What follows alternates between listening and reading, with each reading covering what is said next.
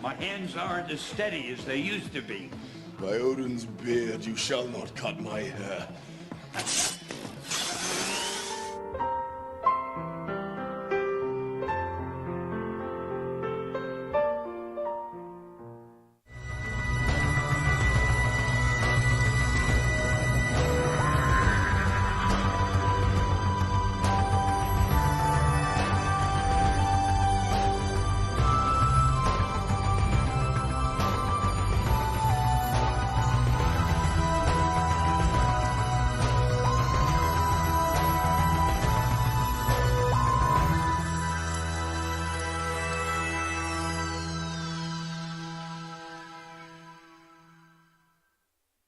Okay.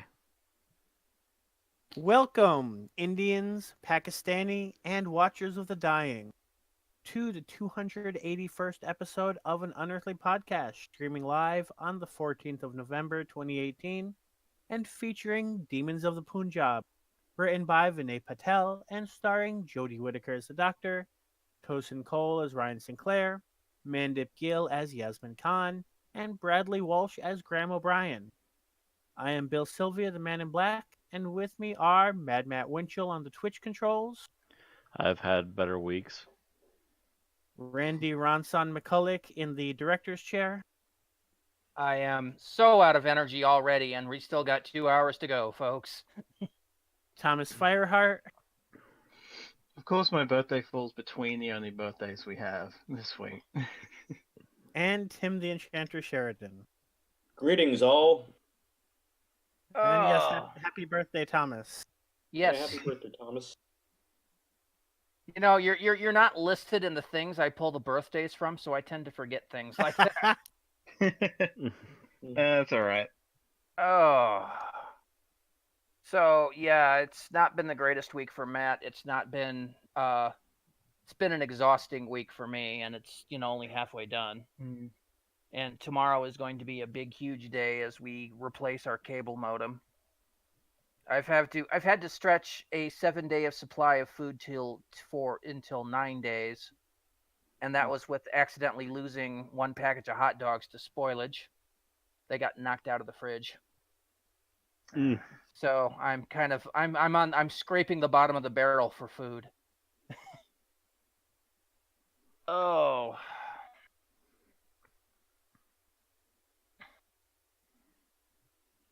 So yeah, how the rest of your week's been? Hectic. I'm going to be gone this weekend. I've been all right. I've wrapped up most of my pre-Thanksgiving schoolwork, so I'm kind of good there. I've got stuff to do right after break, but I'm in a good place as far as that goes. I've had to wake up early pretty much every day this week so far, and because it's something that I'm dealing with at the moment, I've basically got fuck all sleep. So I'm like, even today I only got 6 hours, but pretty much every other day this week I've only had 4. So even with the 6 hours, my body's like, you need like 12 hours of sleep too. Yeah, I'm kind of the same way, where it's like, I know after the podcast, I know I have to pick up Erin at 1:30. I have to pick her up by 2, bring her back. And my body's just like, oh God, I want to sleep. And she's been working overtime all the time, so I've been doing this every night. And it's just like, the thing is, last night I had to stop and get gas. And I had to drive around until I found a gas station that was open at 2 a.m, which was harder than you'd think. And I had to be out there in 16-degree weather, and that's Fahrenheit, pumping gas in nothing but a t-shirt and jeans. So by the time Erin picked me up, I'm sitting there with the heat on max blast in the car, shivering, trying to catch Pokemon while waiting for her to get out the door. And yeah, that didn't work too well. But by the time I came home, I was wired for I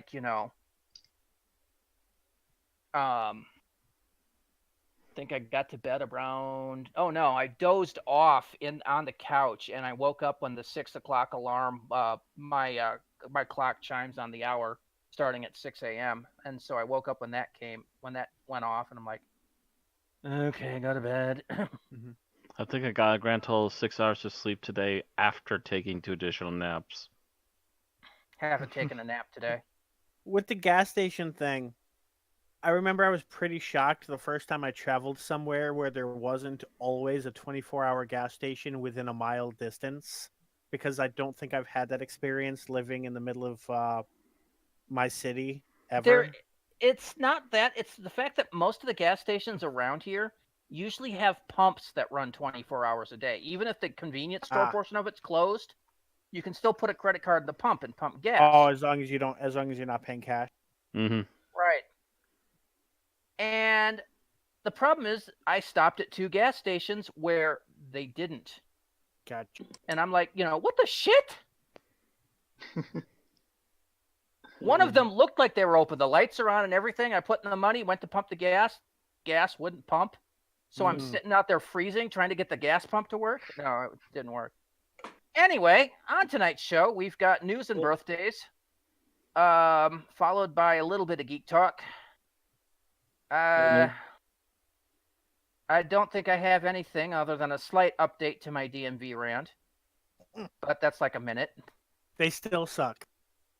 Yeah, but I got my card and I'm a little weirded out. That's all I'm going to say at this point. Then I don't think you've watched anything of the previous stuff trying to catch up on Doctor Who yet, Bill? Oh, nope. I've been, especially this time of year, I've been instead watching shows for Geek Talk every week. Shame. Shame. Yeah, shame. All right. So we don't have any of that. We don't have any YouTube comments, so it'll be straight to our episode summary, review, final thoughts, and ratings. Yay. Rating. So we go to our Doctor Who birthdays, and our first birthday is on the 10th of November, and that is the birthday of Neil Gaiman, writer in 2011 and 2013. Also the writer of many other things, including the Sandman comics. Yes. He turned 58. He's also a local boy now. He lives up in Menominee. Oh, awesome.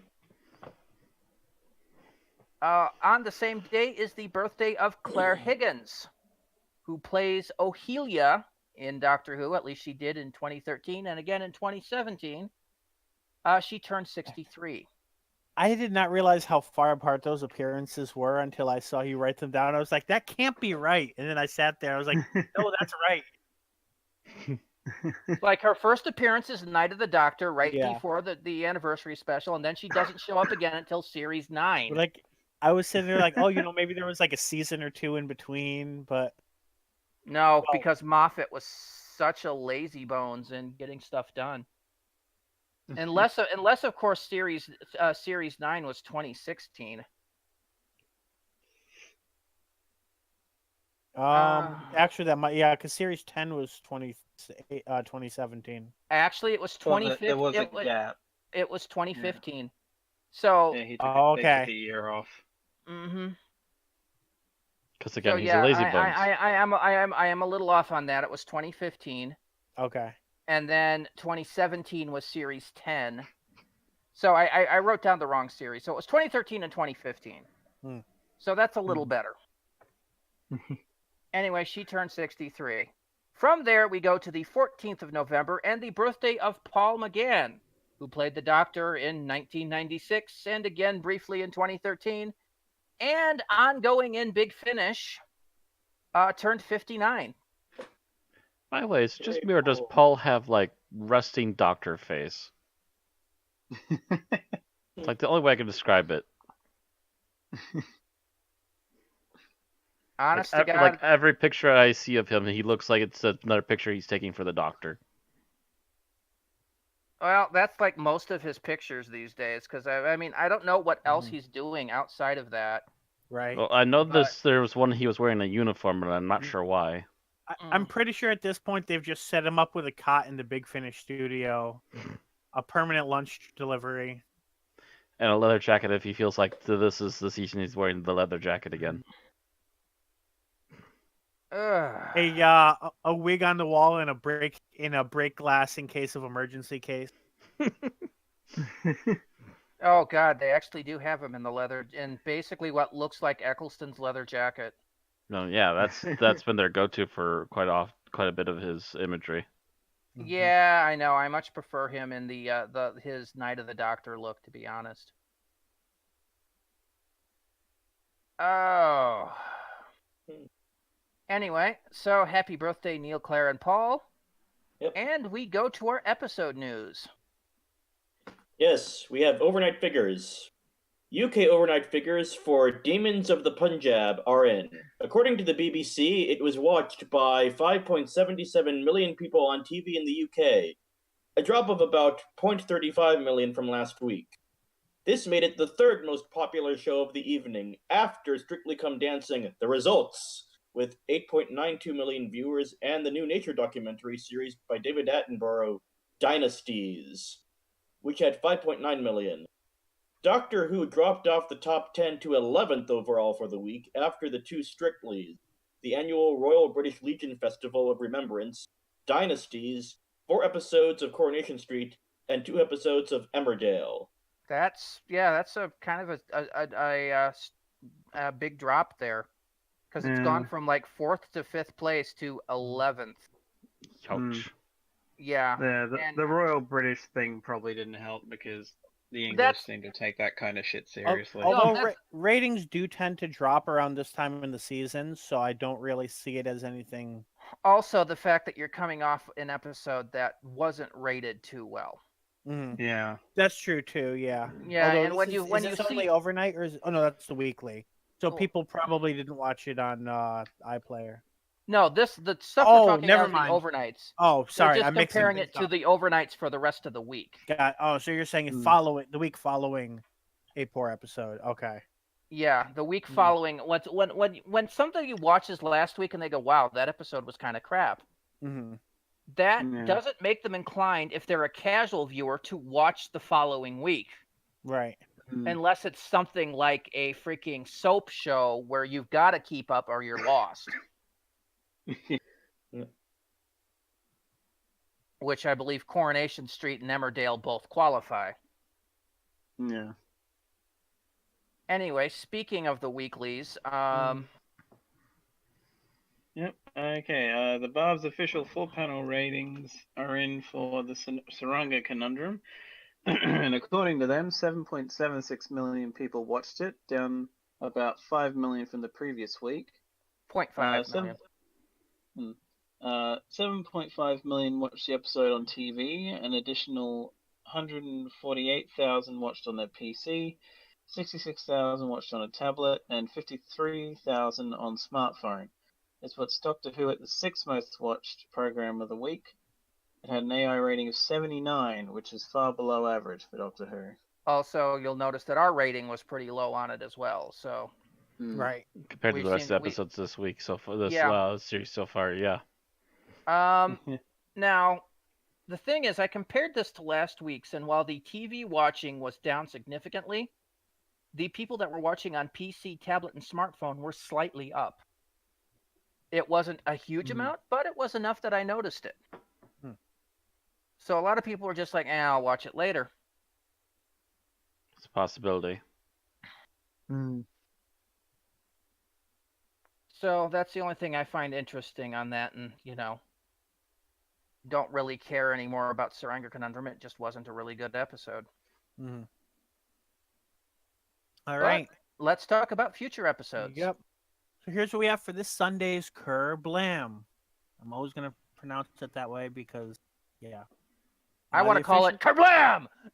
The official synopsis from the BBC. Delivery for the Doctor. A mysterious message arrives in a package addressed to the Doctor, leading her, Graham, Yaz, and Ryan to investigate the warehouse moon orbiting Kandoka, the home of the galaxy's largest retailer. Kerblam. Guest starring Julie Hesmondhalgh and Lee Mack. Written by Pete McTighe, I'm guessing, and directed by McTighe. McTighe. McTighe. So As It's- many silent letters as a French word then. It's just, kind of the Celtic Scottish way of saying McTie. Yeah. Aye, it's McTie. And we have a bunch of photos from the BBC and BBC America. Now, is this not a freaking creepy robot? Oh, It- by it- any standards, yes. I mean, it definitely looks like a Moffat bot to me. I'm not Which, sure. I mean, all of I'm not Moffat's bots were creepy, so yeah. I'm not sure if it's the glowing eyes or the frozen in place smile. It's the smile. Yeah, it's just, yeah. I think it's the smile and the fact that it looks like it's someone that had their face melted. Although they've got to up their game up. Five Nights at Freddy has kind of cornered the market on creepy animatronics, and they really have got to keep up. I don't know, if you turn off the lights and he starts playing some sort of creepy music while his eyes flicker, that's going to be enough. So then we see It's all about furries nowadays. What looks like somebody putting "Help Me" and on a very bad printer, by the way, because that's smudged all to hell. Then looking down, we see the facility. Mm-hmm. A bit from the trailer here with just the group, and then more of the group. The group looking down off a railing. Okay, so apparently Ryan gets into costume. And there we see their version of a fob. More of the group. Yaz looking Creepy out. robot. Close up of the Yep. creepy robot. Oh God, yes. Creepy that's robot actually- in like a Michael Myers position there. Yeah, and then a close up of the creepy robot, and yes, it gets, yeah, that's just extra creepy. That just makes it extra creepy right there. Hi, kids. See you in your nightmares. Can't sleep. Robot will eat me. Yeah, are you thinking killer robots here? I mean, it looks killer robots. Looks Um, like it could be. I'm wondering if it's killer robot commanded by a corrupt executive, though. Would that be this guy down here, Jarvis Slade, you think? That there's a very high chance of that, I think. I mean, look at that pinstripe suit. Now, mind you, I don't have anything against pinstripe suits. I like pinstripe suits. I want one myself. The combination he's of even- that beard, that tie, and that suit, though, definitely. Yeah, I would go with a different tie with that suit. Mind you, I do like the black shirt, but I would go with a white tie, just saying. Mm-hmm. Oh yeah, that's one of my favorite outfits. Is basically what you just described. Yep. God, that robot does not get any less creepy. Oh yeah, it appears again in the down there. Okay. Yeah, Yeah. he's got a new outfit on. I think there might be a fleet of these robots, just like Yep. Jesus. Is this what you Mhm. do? You make creepy robots? The Creepy Robot Company? Kerblam! We make creepy robots. Kablam! Subsidy of the Creepy Robot Co. That's pretty much a doctor speech right there, or a doctor exhalation. I don't know. Okay. So moving on. Last week we started to hear rumors that there wasn't going to be a Christmas special this year, and instead there was going to be one on New Year's Day. However, we had tracked the source of these rumors to the Mirror, and we don't exactly trust them. However, this week, Doctor Who Magazine, a source we do trust, has reported as well, so now we're verifying it. No Christmas Day episode, New Year's Day episode. Which means, frack, we'll have to change our schedule. AUP will take off Christmas week and return January 2nd for our review of the New Year's Day special. God, that's not as nice to say, Christmas special. Yeah. Oh well. All right. Moving on. New Year's special ahoy. The BBC has released the titles and synopsis for episodes 9 and 10. Here's the information. Episode 9 is called It Takes You Away. Here's the synopsis. On the edge of a Norwegian fjord in the present day, the Doctor, Ryan, Graham, and Yaz discover a boarded up cottage and a girl named Hannah in need of their help. What has happened here? What monster lurks in the woods around the cottage and beyond? Guest starring Ellie Walwork and Kevin E. Eldon. Written by Ed Heim. Directed by Jamie Child. All The right. series finale. Go ahead. Go ahead. The series finale, episode 10, is The Battle of Ranskorov Kolos. Here's the synopsis. On the planet of Ranskorov Kolos lies the remains of a brutal battlefield. But as Yaz and Ryan answer 9 separate distress calls, they discover the planet holds far more secrets. Who is the mysterious commander with no memory? What lies beyond the mists? Who or what are the Ucks? The answers will lead the Doctor and her friends towards a deadly reckoning. Guest starring Phyllis Logan, Mark Addy, and Purcell Ascot. Written by Chris Chibnall and directed by Jamie Child. You know what Man, stands out to me there? Neither one of them are referencing what seemed to be the season plot from episodes 1 and 2, which makes me think that's going to be the New Year's special. Might be. I mean, that might be the true finale is the New Year's special. Mm-hmm. Yeah. Either that or he's just opening plot threads that he may resolve, He's like Moffating. a season or he's Moffating. Only, unlike Moffat, he'll probably actually get back to it. Mm. But yeah, it's just he might be because I know he's working on something like a 5-year plan. Yeah. So it might be he's opening up cans of worms that he's planning on closing in like 3 to 5 years time. Like the guy we met in Arachnids in the UK, we might not see him again until 2020. When we bump into him while he's running for when president. he runs for I could see that. That entire thing might have been a setup for a 2020 episode he intends to write. Mm. Assuming there is a 2020 election. Who knows? Well, this is the Doctor Who universe, so it's different from ours. After all, our president wasn't killed in 2008. True. Would it actually have been 2009? No, it would have been 2008. In 2008, I think a president was killed, and then Barack Obama was there in 2009.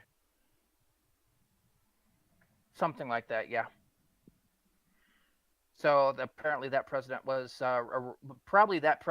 up for election, and then Obama won the 2008 election as he did in our universe, and was there for the new economic plan that was listed in End of Time.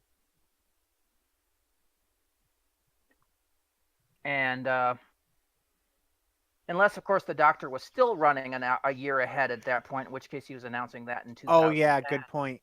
Good point, yeah. Because I don't think they stopped that whole year ahead thing until the beginning of the Moffat era. Right. Yeah.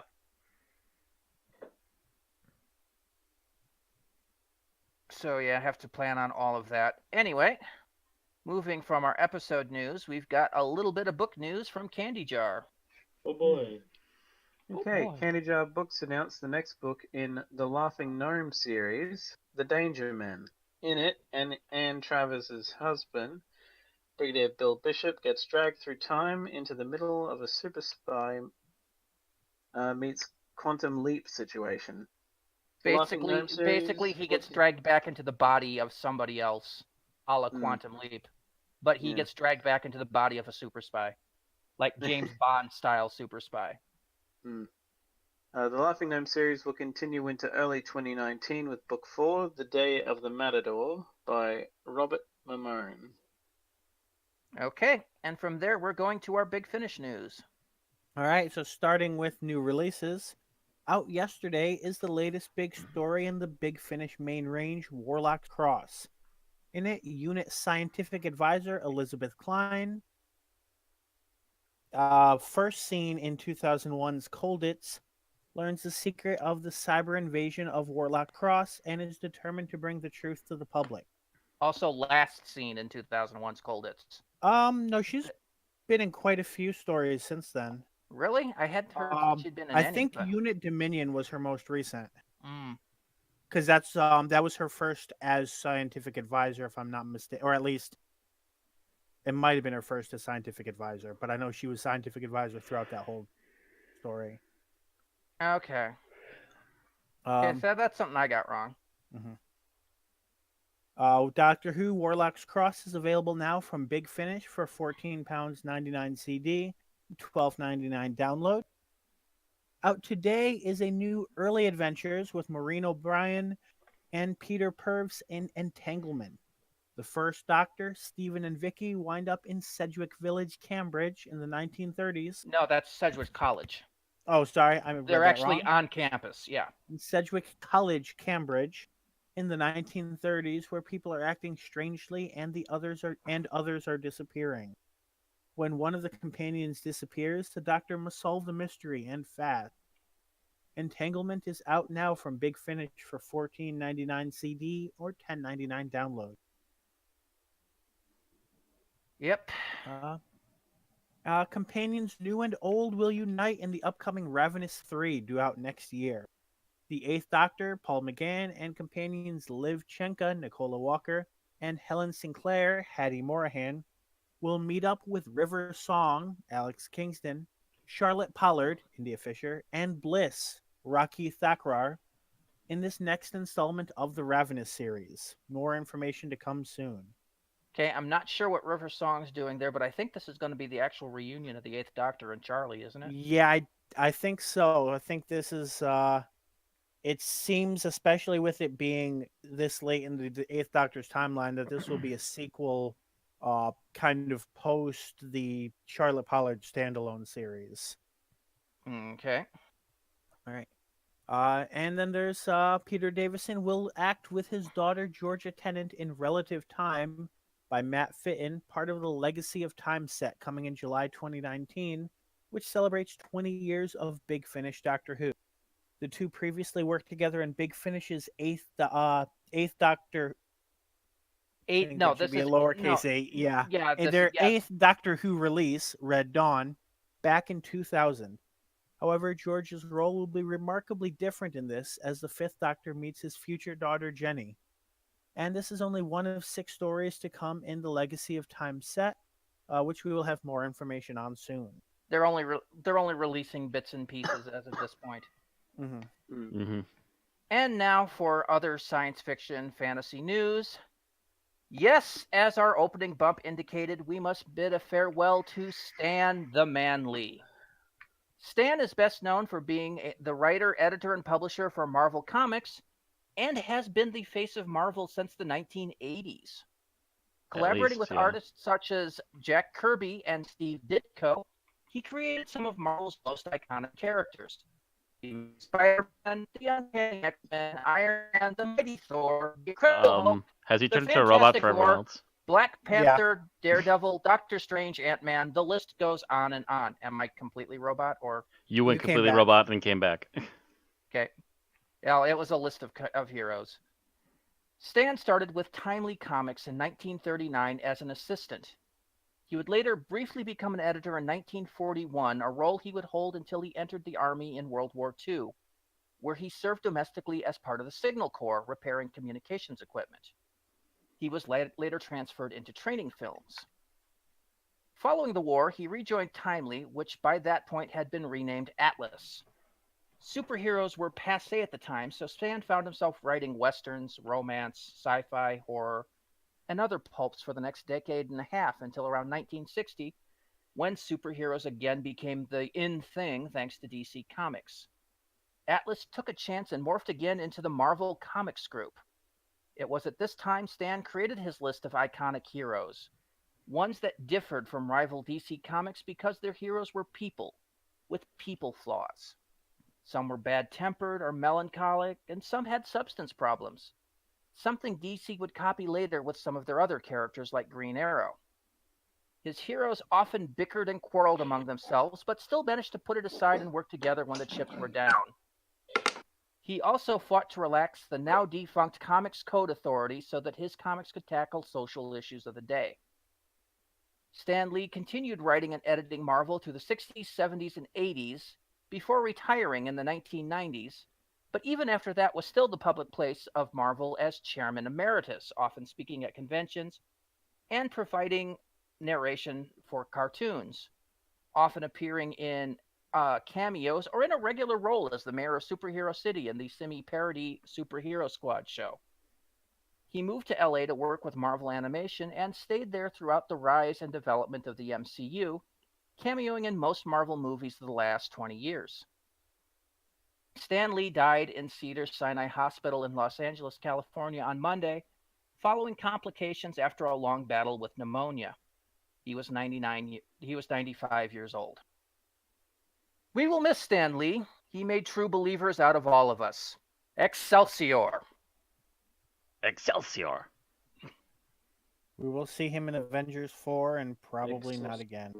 As far as I'm aware, he didn't do any filming for Avengers 4. No? Because I think they finished filming that. They have confirmed that they basically front-loaded a lot of, like, the last couple of cameo appearances that he'll have. So up until Avengers 4. Avengers 4 is most likely going to be his last. Oh, okay. Okay, because I was... And it's also why his cameos lately have been very quick. When you said front-loaded, I thought you were going to say he was going to be in the next Spider-Man movie, too. Well, I guess maybe. That I think that is also Because filmed. front load usually means you did a lot of quick cameos, Well, and there's still more to come. But as far as I could tell, I mean, I was checking his IMDb for one some more of is not that front loaded. and I haven't seen him have any credits after Venom. So, Well, they usually keep his cameos hush hush until it's time, anyways. So Yeah. But I think We they will came see, out I and said, guess. "Oh no, we made sure to film at least a bunch where they just got him in for a day and just shot very quick cameos." It's why it's his Infinity War cameo is so short, because they were just doing quick little cameos like that. because they were prepping for him to not be there anymore. Was that the bus driver? Yeah. yeah. No, Haven't you kids seen a spaceship before? Yeah. Yeah.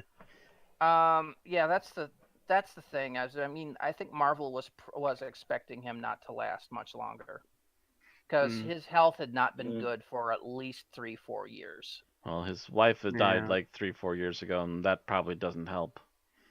Yeah, and when somebody gets to be in their 90s, you're like, I can only remember one male celebrity that lived over 100, and that was George Burns. He died at 102.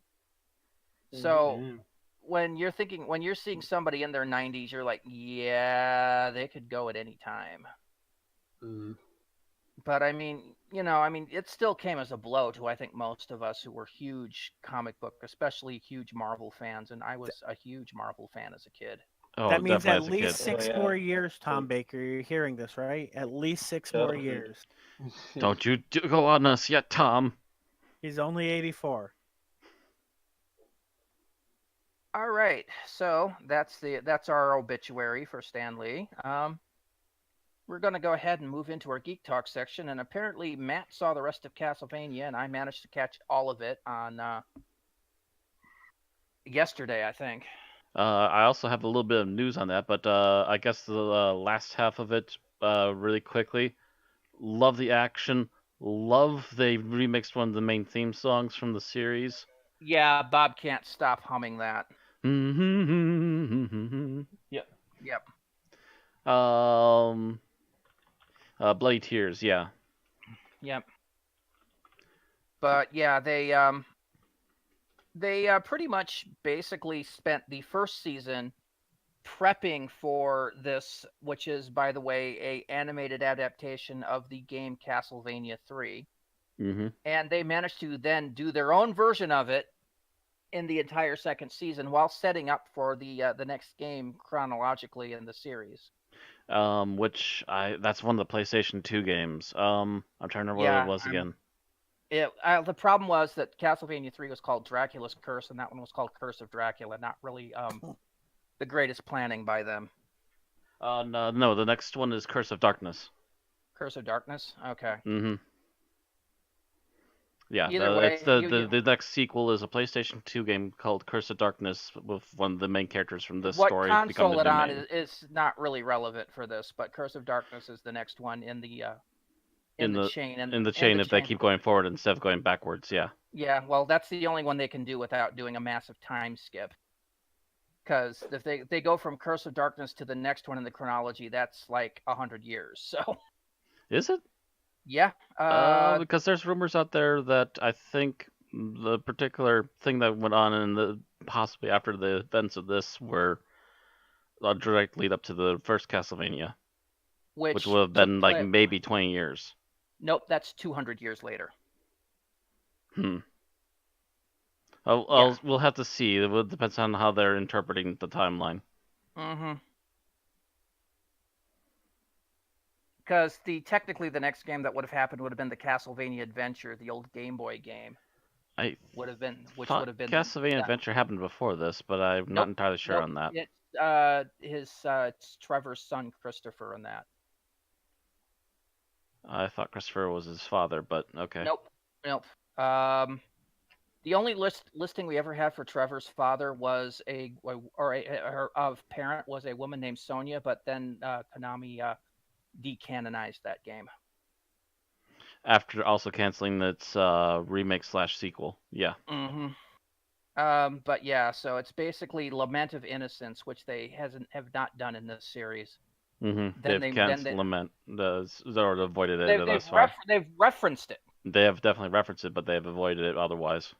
Mm-hmm. They've referenced it, but they decided to start with this one. But if they're trying to go through a chronology, it would be quite a while until they got into the more popular games, such as the Castlevania, Simon's Quest, Symphony of the Night. Because yeah, those are quite a while later. Mm-hmm. Which makes it interesting because we know that season 3's been approved. And yeah. Actually, that was the news I was going to mention, was that as of recently, season 3 has most definitely been approved, and they're working to get that started now. Yeah, and that's a 10-episode series. But will Luigi cameo? No. No. Stop. Get out. Go sit in the corner, Bill. Bad. No biscuits. Bill. No biscuits at all. But Don't yeah, make me correct my bottle. They did a pretty good job of this. The action was a little slow in the first half of this season. But that's because they had a lot to show and a lot to develop, and then everything came out at once in the last half. They spent a lot of time dealing with Dracula's underlings. Mm-hmm. Well, that's important because the Curse of Darkness guys that are going to get involved in this part. They spent a lot setting up for Curse of Darkness than we actually got for this, and then it's like suddenly it's like, oh my god, we're at the end of it. We need to run it down because it seemed like their entire battle lasted far too short, and then the entire last episode was follow through. Well, the fact that the last battle is literally an entire episode. You risk some gambits there, but they managed to do it quite well. Yeah, I noticed some things that were reminiscent of the game, especially the music, which was badass and awesome. Mm-hmm. I am hoping that they post that remix somewhere. I think the guy who does some of their music actually has a YouTube channel, so he does post some of his stuff. It'll eventually come out, probably. I'm hoping it does, because that would be something I would listen to. I would love to hear that. Just while I'm working on stuff. Anyway, it did a good job. It's kept me interested. I want to see the next bit of it, albeit the plot that they're working into, Curse of Darkness, is not my favorite part of the Castlevania plotline. I've played a little bit of Curse of Darkness. It's by no means the bad part of it. There's worse parts. Yes, there's worse parts, but it's not. And I have been a Belmont fan for as long as there's been Castlevania games. Okay, I used to role play like non-canonical Belmonts in like D&D. That was how big of a fanboy I was. Mostly, I think I did it to piss off Doc, but that's another story. But anyway, So yeah, the mid section of this season must have just gotten your Ghiblies going. oh yeah, they the scene where they walk into like the old Belmont hold and you can see the stuff they've collected over generations. And there on a pedestal is the big fucking book of Belmont. I started squeeing. Yeah, because I remember you mentioned that for one of your like vampire games or something. It's like, oh, someone's gonna be happy about that one. Oh yeah, I started squeeing. It's like the grand history of the Belmont family in like a gigantic tome, and they had it there, and I'm just like, yes. Now, do the Belmonts kill vampires with Belmont stakes? Boo. Oh. Go sit in the Boo. corner with Tim, or go sit in the corner with Bill, Tim. The both of you. About to start a Three Stooges run with the both of you. I oughta. Smack, smack. But yeah, so I was squeeing there, but I think they might have spent a bit too much time just in there because it kind of felt like that got a little slow. And then, but then, yeah, you get to the fight at the end and it picks up considerably. But Bob is right. You can't help but feel a little bit like you almost want Dracula to win. Because back and forth on that. Yeah, back and forth. He is overreacting, but at the same time, I mean, the church did basically declare his wife a witch and burnt her at the stake for no other reason than a power gambit. So yeah, I'm kind of like, yeah. Also, unfortunately, they killed him in the first season, so we didn't get more of Matt Frewer's evil priest. That was, yeah. He was somebody you loved to hate. Let us give you a little kiss, chomp.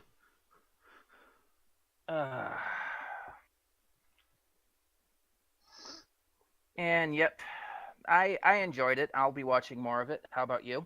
Oh, definitely. I'm waiting for third season already. All right. So, Bill, you watched yourself some Titans. I did. So Titans was one that a lot of people were expecting bad things from the trailer, and I do have to say I think the trailers kind of highlighted some of the worst bits of it. So just to give a brief overview of the show without really spoiling anything beyond like the first appearance of each character. Starfire is kind of drawn from, if anything, Red Hood and the Outlaws. She's basically, she's an adult amnesiac who's clearly been up to something on Earth, but she doesn't quite understand all the details. And when I say, like, basically she, unlike in the cartoon version, she has a full grasp. She understands English. She speaks like a human. She understands colloquialisms. It's literally just who she is and where she comes from that she doesn't really understand. The kind of main character, if anything, is Raven. She's the one who is actually a teen, so she's kind of in the role that Rogue was in the first X-Men movie, or Jubilee in the 90s X-Men. And I hate to keep coming up with examples from X-Men, but they seem to have the best example of that sort of character. You know what I'm talking about, though, right? Mm-hmm. Dick Grayson is in his post-Robin, pre-Nightwing stage, but as you can kind of get from the trailers, he's basically gone almost full-on like Jason Todd level, where like he's really like beating the shit out of people, and he's like, he clearly has some anger issues going on, and it's basically described as that's the reason why he left Batman, is that he kind of feels that Batman was turning him into that. And we do know that Jason Todd will be appearing at some point in this season. So I'm kind of hoping that that's a meaningful theme, in the sense that Dick kind of works out his demons by whatever confrontations he has with Jason, and maybe even Batman appears and have some growth. I honestly don't know if he's going to appear or if anyone's going to communicate with him. Alfred is at least communicated with, although if he appeared, it was like blink and you miss it because I don't actually remember seeing him, but I remember hearing his voice. In terms of how I like it, it's all right. I'm guessing it's at about the mid-season because it's about 5 episodes in, so they're ramping up towards some major confrontation. There are definitely things that I enjoy about it. Some of the things I'm a little iffy on, but it kind of depends on where they go for the climax in terms of the overall quality of it. I don't know if I would recommend it to people or not. Yeah, I honestly could not really say whether I seriously recommend it or not. So kind of middle of the road, unless like the end of the season is strongly one way or another. Hawk Yeah, and Dove it are sounds like also you in really it, need to but finish watching it before you decide whether or not this is anything like good. I think I'm up to date. It's just that the season's not over. They're releasing weekly. Mm-hmm. They're not doing like Netflix and just bomb dropping it. Right. The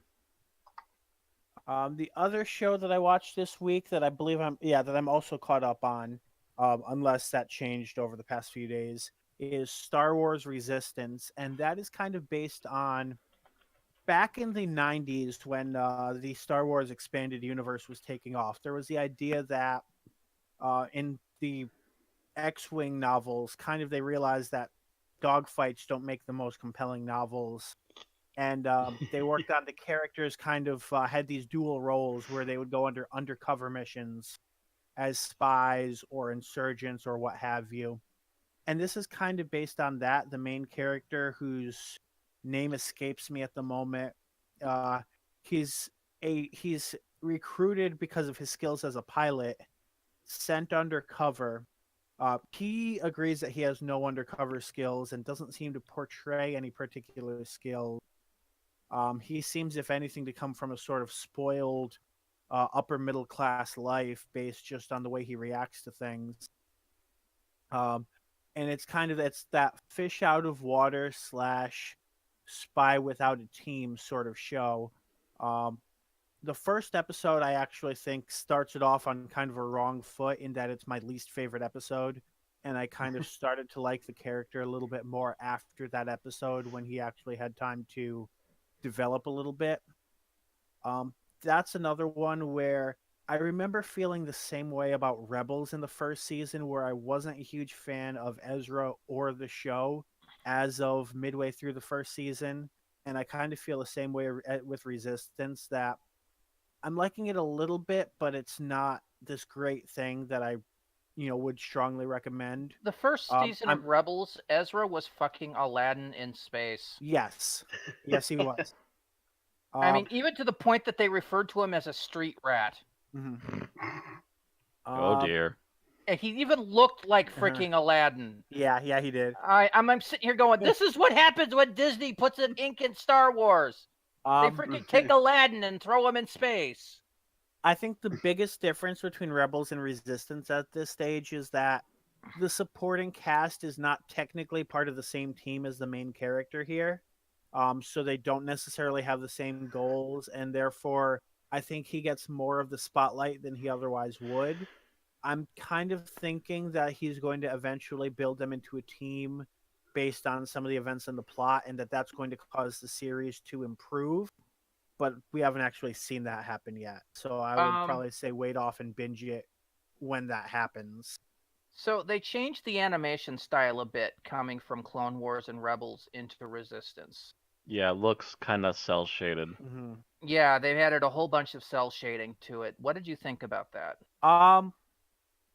I will say of the animation, I between the three shows, I'd say I found Clone Wars. Well, I would actually later Rebels probably improved, but my initial reaction to Rebels was that I didn't like the animation at all compared to Clone Wars. This one, I'm kind of just getting used to animation trends that don't necessarily appeal to me.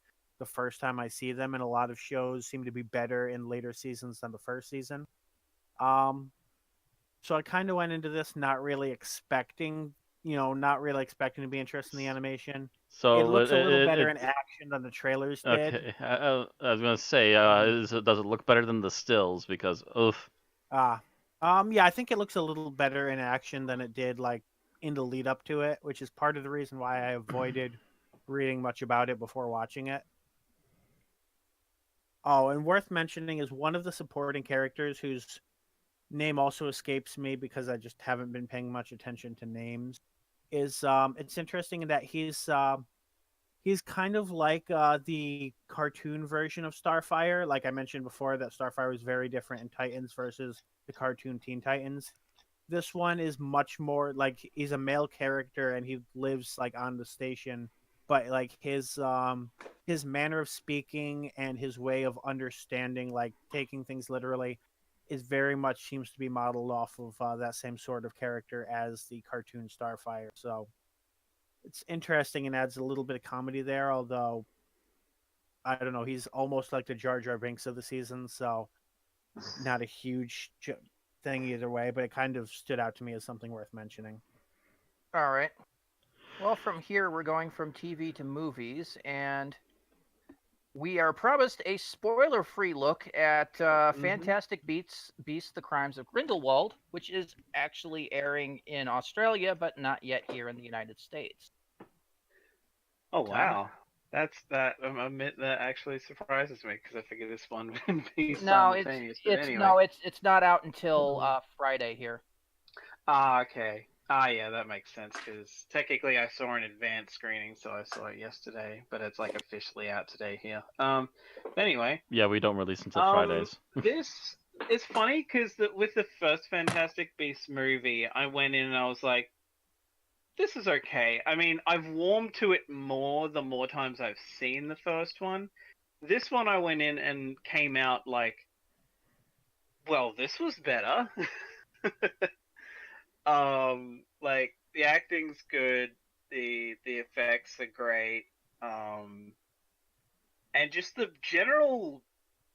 I'll put it this way: this is like a massive tone shift from the first one. Like without saying anything that happens, I mean, it's focusing around I assume Grindelwald's gonna be like the villain for like all 5 movies. Yeah. 5 total last I checked. So, this is the whole plot of this, and this is not a spoiler. This is word of J.K. Rowling. It's dealing with the first Wizarding War that basically I think happened around the same time as World War I, World War II. in between, because like the first one references that one of the only non-magic user in the cast just got back from the war, and then this one's set in 1927, so this is set like a year after the first one because the first one takes place in 26. But basically, Grindelwald is a dark wizard that Dumbledore is credited as defeating, as mentioned earlier in the Harry Potter movies. It's on his chocolate frog card. Yeah. So we know that much just from from his appearance in the Harry Potter books. We know that Grindelwald's a dark wizard. We know that he basically is Voldemort before Voldemort. He's the big bad wizard everyone feared until Voldemort did his thing. Yeah. So, but yeah, like I'll put it this way: I think this only got a PG rating in Australia. I'm actually kind of surprised that it didn't get an M15 rating. Not necessarily because there's like lots of blood or anything. In fact, I think this is one of the most bloodless of the entire like Wizarding World franchise. I mean, friggin' Chamber of Secrets has more blood than this movie, I think. But tonally, I would say that if I wanted to compare this to the Harry Potter movies, this would be more in line with to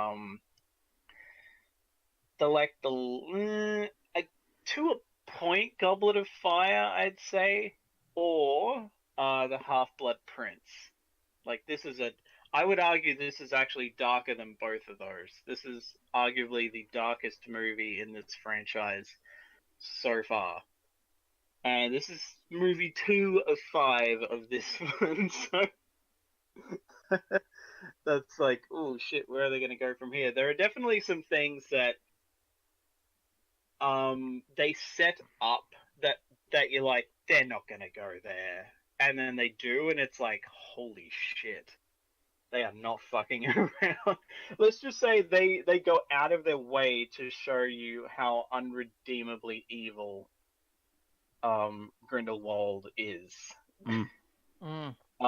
Which, of course, the other thing is that's kind of annoying because I feel like there's 2 different pronunciations keep going through the movie because half the time I'm like, well, wait a minute, their name sounds kind of German. Wouldn't it be Grindelwald? And then there are some characters who pronounce it that way in the movie, so it's kind of confusing because some are pronouncing it as a W, others are pronouncing it as a V. So like they can never really make up their mind. I've seen movies and shows with less consistent pronunciation to the point where that would be. I can see how that would be annoying, but not surprising in the slightest. Yeah. So this is happening in 1927. Yeah. So if they're making 5 movies, those are going to happen over the course of 18 years. Because, yeah, Dumbledore defeating Grindelwald happens in 1945, according to his chocolate frog card. Yeah. It actually might like be starts in 27, ends in 28. I forget because I think there's a time skip, but I forget how long at some point. But generally, yeah, like the movie, if you like, yeah, this is definitely like not. Yeah, it's weird because like there's stuff like that I almost want to, but obviously can't, and it's just like this. Yeah, this movie is pretty damn good. I like the fact that Grindelwald is shown to be a different kind of villain than Voldemort, even though they're basically the same in like, we want wizard superiority shit. Wizard superiority over people, non-magical people and whatever. But they try to make it so he's a very different kind of approach than Voldemort has, where Voldemort's mainly a fear-based. This dude's more like, I guess funny as it is, even though they're both kind of racist, this is more of the Hitler, where it's more like he's kind of rallying and seducing people to his cause rather than trying to use outright fear. And there are some twists in this movie that I would not have been able to call either going in, or they kind of tease and foreshadow as the movie's going along, but I'm like, they're not going to go there. And they do, and it's just like, okay, I am, like, long story short, I am actually looking forward to the next one. Whereas with going into this one, I was like, well, I'll see it because I like the franchise, but I didn't really have any expectations going in. But yeah, coming out of it, I am absolutely looking forward to the next one. There are kind of like some minimal kind of fanficky seeming elements to it, but like it's not like Deathly Hallows epilogue type shit necessarily. The series based off a spin-off book that was based off a textbook that appeared in one of the books is fanfiction.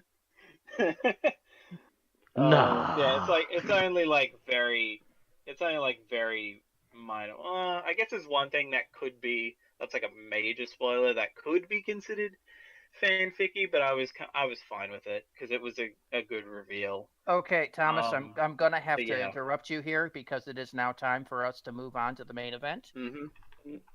So everybody, let's move on to 1947 India, Pakistan, and let's talk about Demons of the Punjab.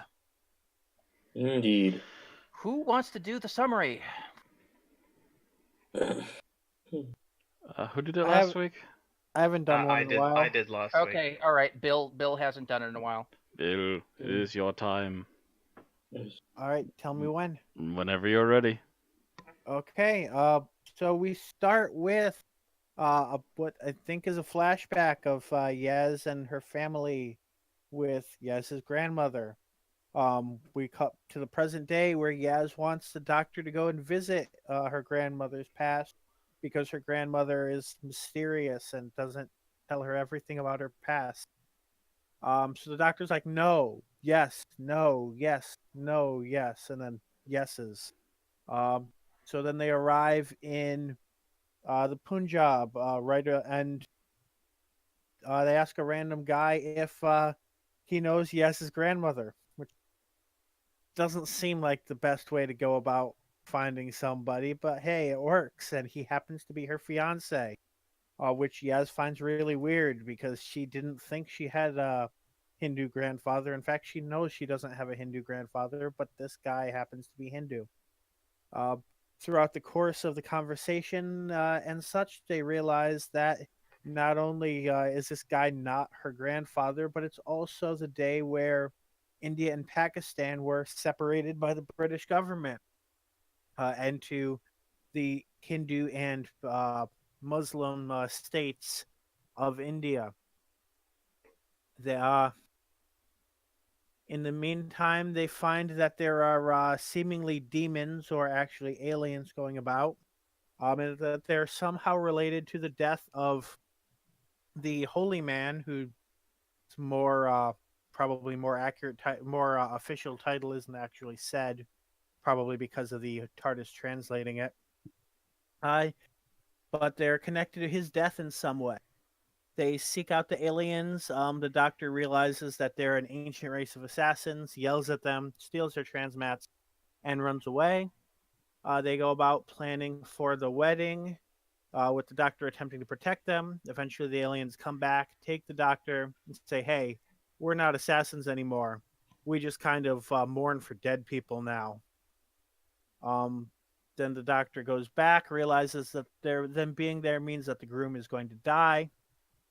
They go about having the wedding and find out that the groom's brother is a horrible racist, or not racist, but not even xenophobe because they're local, but just Islamophobe. He's the one who killed the religious man for blessing the interfaith marriage, and he's part of a group that is planning to take over their property and kind of kick the Muslims out. The brother, now that he's married, agrees to stand up to him while his wife and friends escape, leaving him to eventually die and the aliens to mourn him. Then Yaz, who apparently is visiting home in between trips with the doctor, even though we didn't actually know this, talks with her grandmother again, and kind of has some sort of closure over her concerns with her grandmother's secrecy and this strange man her grandmother was married to she didn't know about. They have some bit of closure, and the episode ends. 3 minutes, 21 seconds. I felt kind of rambly, but I also knew there were things that I was kind of You also forgot quickly about the wrapping purple together. goop, which was technically the remainder of that alien's race in a jar. Mm. And I think they were also technically collecting all the people that they witnessed into that as well. Somehow. You know, Yeah. this didn't happen, but I'm going to say this before we do the review as an aside. When at the very end, where you see them add his face to all the faces they had in there, I knew the fact that if this was the Stephen Moffat episode, that the doctor's face was going to be in there. You know, was a distinct I was possibility. half- Yeah.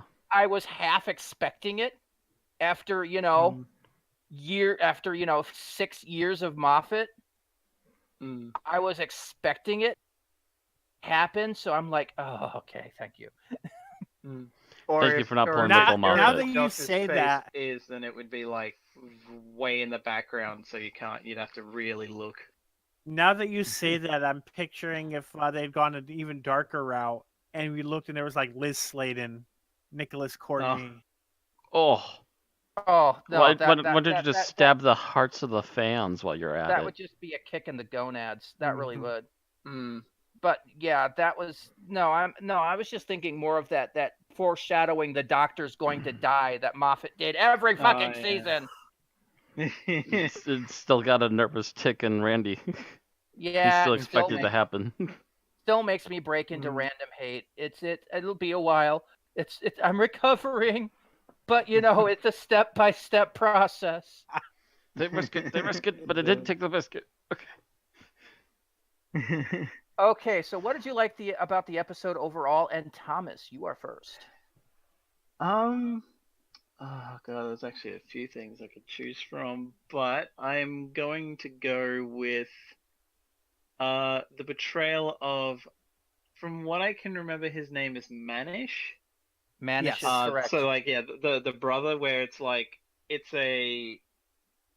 I like that it's clear that, and it's made pretty clear that this is just a guy who's been radicalized. Mhm.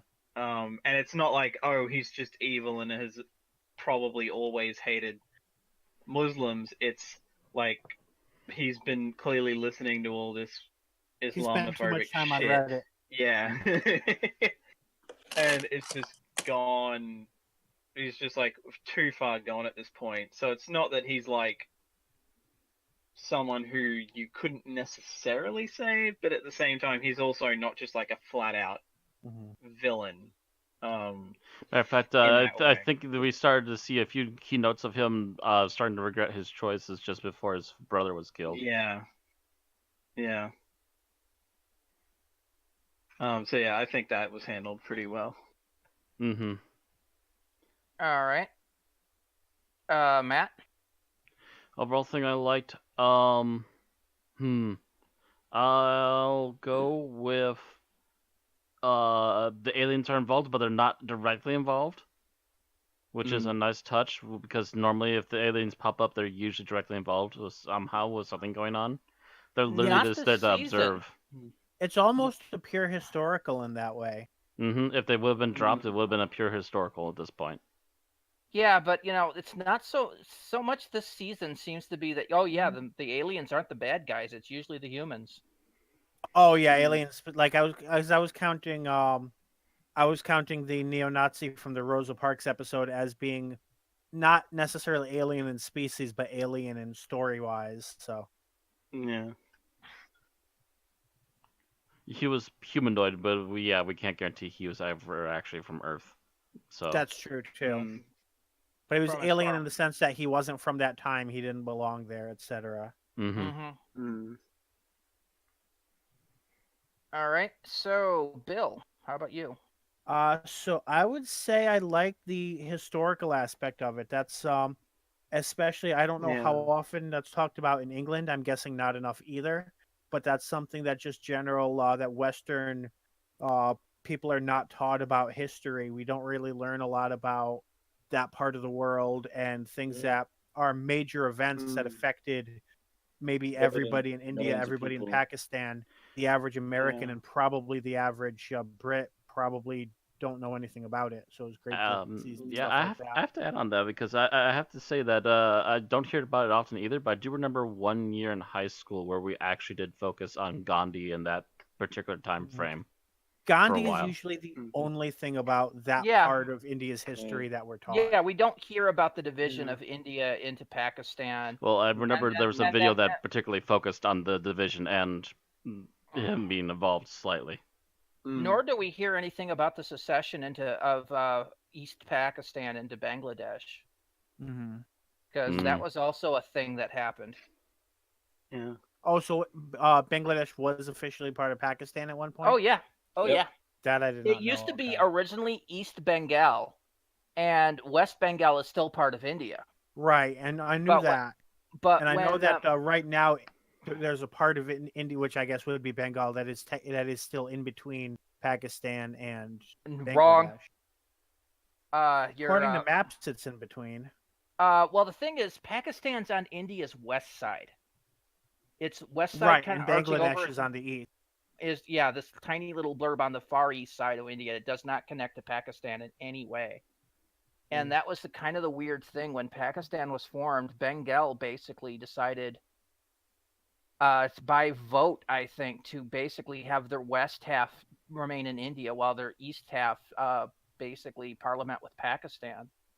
So that Pakistan was like one of the only countries you know of that actually had, it was like freaking Michigan where it was two parts that didn't connect. And then later on, basically, somebody was elected from East Pakistan that the rest of Pakistan wouldn't let take office. So basically, the East Pakistan said, "Nope, we're done," and basically had a war and turned themselves into Bangladesh, which then went totalitarian for about a few months, and then went back, and then went forward, and then went back. It's been borderline socialist totalitarian like 3-4 times in its history. Things I learned when I read up on stuff. I knew some of that, but some of it I did not. Yeah. Well, I was sitting here also trying to figure out, borders and stuff too, because I'm not only, I can tell you where countries are in Europe, where states are in the United States, where most stuff is in Far East Asia, but Western Asia and the Middle East, I'm really freaking fuzzy on. And don't even get me started on Africa. Those countries change every 3-4 years. Basically. But yeah, so it's like I always thought Pakistan in my head was on the east side of India, and I'm like, nope. Oh. It's Iran, Pakistan, India, Bangladesh. I'm like, okay, so now I got it. Yeah, I was lucky. Well, I don't know if lucky is the right word, but I was in geography class the year that we invaded Afghanistan and Pakistan. So I learned a little bit about that region during that time. I knew where Afghanistan was, but nobody pointed out Pakistan to me. I knew enough to know that they bordered each other.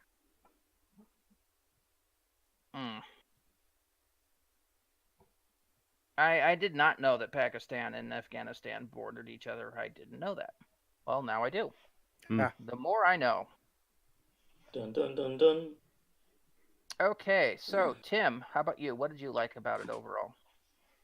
The aspect I really liked was what was presented from the aliens, in that they rose above their nature, with their own free will and through circumstances.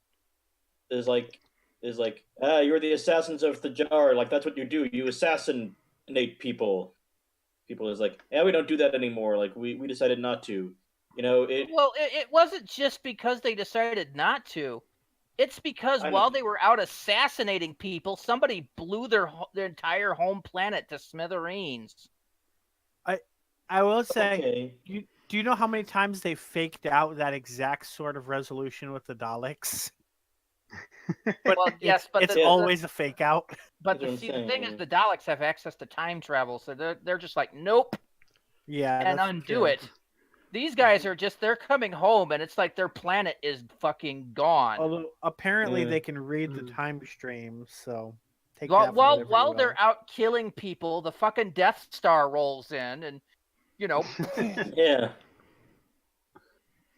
Well, there goes the galaxy. Which, in a normal season, I would assume that would be the Daleks. This season, I'm more likely to assume that they're those aliens from episode 1. The one that blew up. Well, I don't know. planet, These guys weren't good guys. No, but I mean, I see what you're saying. Okay. So as far as we know, this could have been like an Earth-backed alliance doing a final solution bit. True. Try and stop these guys that have been killing too many good people or something. Yeah. Yes, for that reason, it might be better if we never find out who it was. Maybe. But I do think that there's at least a fair chance that it will be the aliens from episodes 1 and 2. Since this seems to be a storyline we're on, they keep coming back. Yeah, either that or it's going to be something completely unrelated, because this isn't a Chibnall story. We'll see. He's still technically in control of everything, but yeah, we'll see.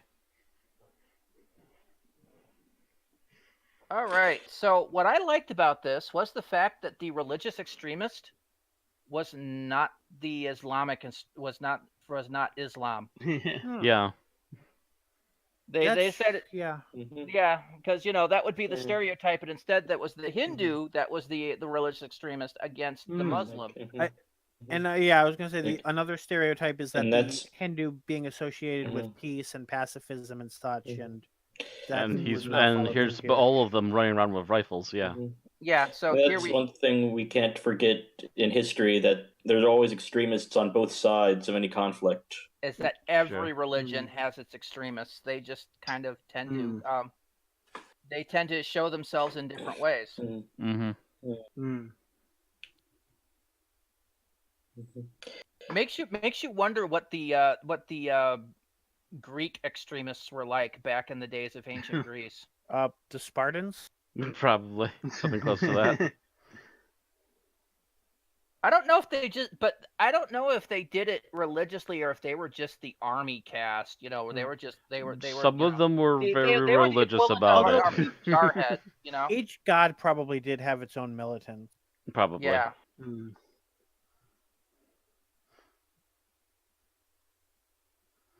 Makes you wonder what the Aphrodite extremists were. Just saying. My. Just saying.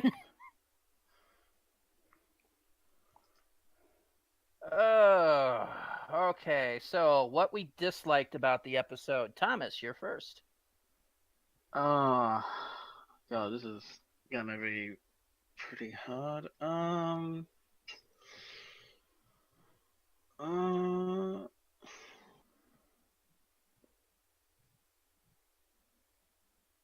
I guess, like, just for the sake of something to say, occasionally, oh my God, I'm blanking on his name, but the guy that dies, Prem?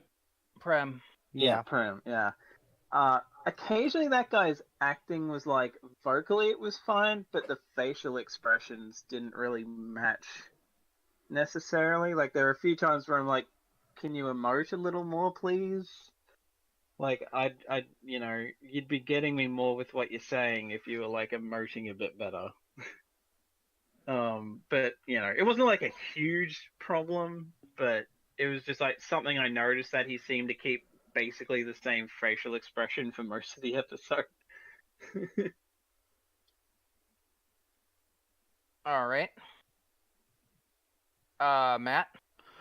For everyone else in this particular story breaking from stereotype, Mother, though, out of this group that they're visiting, is a huge stereotype.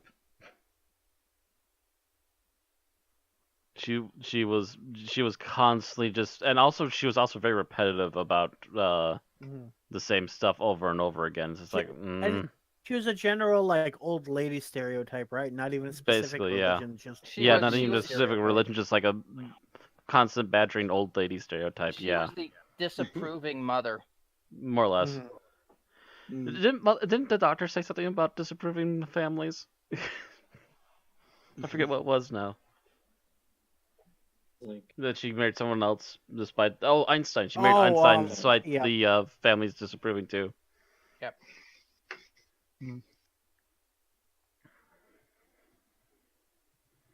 All right, Bill. Yeah. So I wasn't a huge fan of some of the way that the dialogue for Yes's grandmother was written. Specifically, by that I mean she was written almost more in the way of a modern character inserted into this 1940s culture than somebody who grew up with and understood the culture and had disagreements with it. And you can write this up to the TARDIS translated or this or that, but it really she seemed too very modern. much like a character from 2018 who just happened to live in 1947. So basically, the problem I had with Chris Pine's character in Wonder Woman. Think so. Okay, I can see that.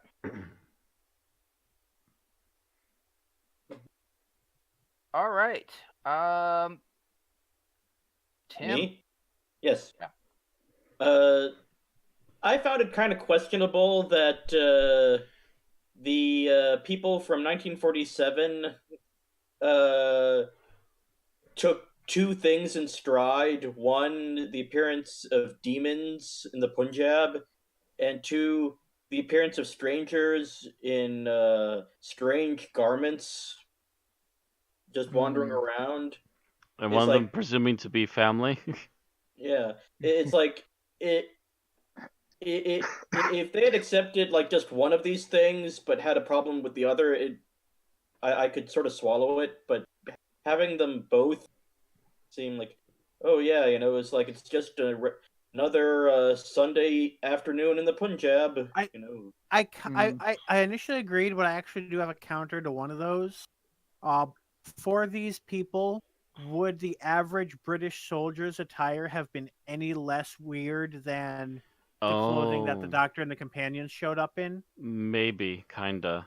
So they may have just made that Not equivalence. as much, but there's some element to that, I think. Well, at this point, the British soldier's outfit would be fairly common. Yeah, Because- But I but mean, a British common it would be outfit very though. weird for these traditional rural farmers in the Punjab. Well, one, Except for a couple of them were in the war, British so. Army. Yeah, they were British Yeah. Army. Because you got to remember, they said they were talking about that they were being in the war, which meant Yeah. that they were, and at that point, India was a part of the British Empire, Mm. as was at that point Australia and Canada, I think. Right. Yeah. So they were all considered part of the British Army. That changed when once the UN or the post-war council sat down and basically just started breaking up empires. Mm-hmm. Yeah. Mm. And the problem is that they broke up India rather haphazardly. Well, the problem was how to break up India that didn't start an all-out civil war. That was the issue because there have always been cases where when Islam tends to crop up in an existing religious culture, that eventually there'll be a religious war that dominated it. It happened many times in Asia Minor and Northern Africa, Spain, and a few. Portugal. Well, Spain. Yeah. Um, Spain at least, possibly Portugal. And I mean, it's not any much better for the Catholics because they'll tend to, go crusader over all of that back historically speaking. Not so much anymore, but yeah. Definitely back then, though. A little further Yeah. back. Yeah. Yep. I mean, this was back not even 100 years before, where you had missionaries converting people to Catholicism by force and then killing them so they wouldn't revert. Mm-hmm. God, yeah. I mean, hell, even in the 90s, you had well, that's less religious and more. Well, yeah, it's probably a little less related, but there's still groups going out and like killing indigenous non-Catholic groups in Latin America. Yeah. It's, there's just, the religions, when they oust previous religions, either is done by a mandate from the political leader of the time, like, when basically the Emperor of Rome basically said, "Oh, I'm now a Christian. So's everybody else." Mm-hmm. I think the only exception to what you're saying that I can think of off the top of my head, at least, is Buddhism, which seems to more like merge with whatever's already there because it's Buddhism. A lot of the Far Eastern religions tend to coexist with each other and other religions fairly well. That's what I mean. Buddhism is a South. It's a religion from India, but it just kind of travels and evolves. Mm-hmm. But it does it. Shintoism tends to combine itself with either Buddhism, Taoism, or Catholicism very well. Mm-hmm. Because many Japanese are like Shinto Catholic or Shinto Buddhist or Shinto Taoist. So Taoism the same way, because Taoism will go with anything else, and yeah, Buddhism will too. So a lot of those religions will, but then there's a lot of Mhm. religions that it's like it's our religion or no religion, Mhm. Mm, or our religion or you die, which is the worst one. yeah.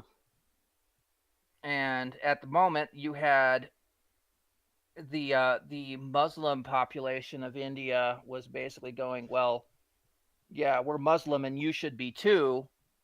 And the Hindus are going, but we're Hindus and you should be too. And yeah, they were basically getting ready to basically have a freaking civil war over it. So Mm, Britain, before it left side and basically made choices and said, okay, we're going to call this part India and this part Pakistan, and all you Muslims can go over here, and all you Hindus can go over here.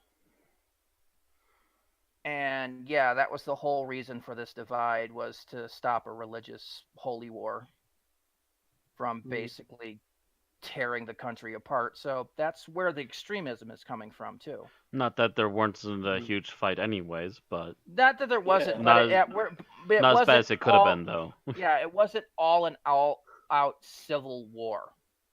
It wasn't like a war, like, the bloody, like,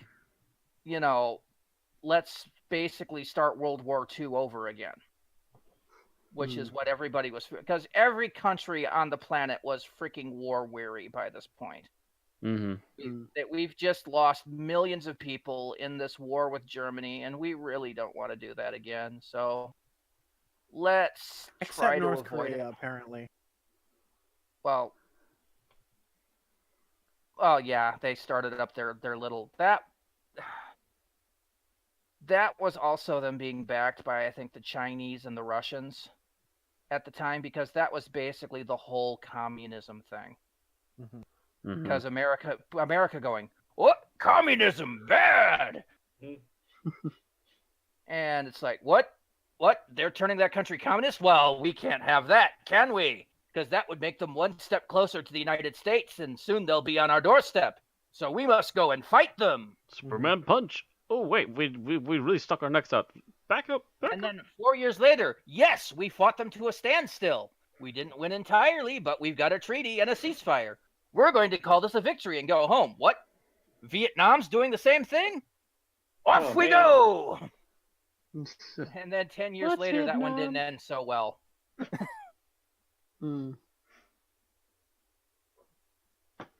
So yes, that's my impression there of America gung ho anti-communism going on. Even an Unearthly podcast can do edutainment. Yes. Yes. And meanwhile, on the inside, you had people looking for the Red Menace. Dun dun dun. Even though Led they by- put a lot of fingers at innocent people. Yep, led by Joe McCarthy and the Inquisition and the American Inquisition. Inquisition. Didn't expect the American Inquisition. Until somebody No one expects the American Inquisition. until somebody decided, let's air one of these on TV, and somebody basically proved Joe McCarthy was a freaking idiot. And this is a Wisconsinite talking, I might add. Joe McCarthy was a Wisconsin senator. We do apologize for him on many occasions. Seem to have Sorry. need to apologize for a Sorry. lot of Wisconsin politicians. Sorry. Not anymore, hopefully. Yeah, well, we're not At to the blame moment. for Donald Trump. Yeah, no, we're not to blame for that one. New York can be the ones to apologize for that. We do apologize for Joe McCarthy. But anyways. Texas can apologize for George W. Bush. But I think at this point, and then New York can apologize for Donald Trump, and Sorry. there we go. There we go. And Where's moving right Mitch along. McConnell from? Yep. They need to apologize too. Okay, so I think we're up to our favorite scene, and Thomas, you are first. Oh, God, there's a few. I'm mainly just gonna go with like the final, like the scene that ends the episode between Yaz and her Nan, purely because I came very close to actually just breaking down and crying because stuff like this, if it's done well, involving elderly relatives, just gets me at this point because my nana died in like 2012, and since then, if I want, it has to be done well enough to justify it. But yeah, this was one where had there been no one else in the room when I was watching it the first time, I probably would have just broke down and cried. Because there's something about it, just well acted enough, and that it just hit me in the right spot. It didn't So it's affect like- me that much, but then again, my grandmother passed away, I want to say about 15 years ago. I felt the urge to hold it in a bit myself. It's like, nope, not right now. I was just more like, does this mean she's going back home between episodes? Is she still working as a cop? Yeah, I was Yeah, kind the of wondering that yeah. myself. Like, does that mean Yeah. that Ryan is working? I mean, in the warehouse? implication is that, given a one-off line, is that they've been on other adventures and just come back periodically. Yeah. Or that the Doctor finally managed to figure out that whole bring people back to the exact time they left thing, which was always kind of problematic in previous. You know- Depending on the Doctor, they figure it out sooner or later. I think it was mainly during the RTD era that was a problem. In particular, yeah. Well, no, it's been an on and off issue depending on the Doctor, because the Fifth True. Doctor had that problem too. Remember, trying to get Tegan to Heathrow in 1982. Yeah, I remember speculating in episode 2 that the entire season was going to be them trying to get back to Sheffield. Yeah. In And then they got 2018. back to Sheffield. Yeah. By episode 4, you're like, oh, well, so much for that theory. hmm Looks like they made it. I honest to God think it's depending on whether the Doctors remember to set the fast return switch or not. Oh, no problem. We'll get you right back to where you were. We'll just use the fast. Oh, crap. That or damn it, I forgot. I left the randomizer running. Nope, the randomizer was destroyed, so that can't be Was the it reason. permanently destroyed? Yeah, it was broken. Destroyed or Nothing- removed, one or okay, the I other. thought it was just turned off. No, it got destroyed. It was used as parts for something which overloaded and exploded it, I'm pretty sure. Ah. I think that's in the Leisure Hive.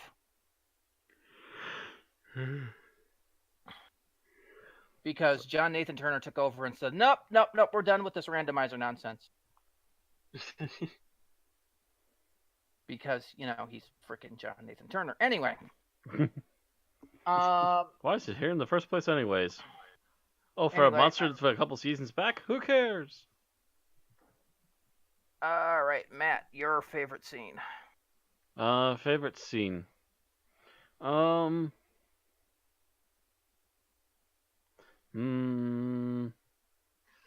actually gonna go multiple ones, but I'll go with the one with Yaz and Grant when they're talking outside.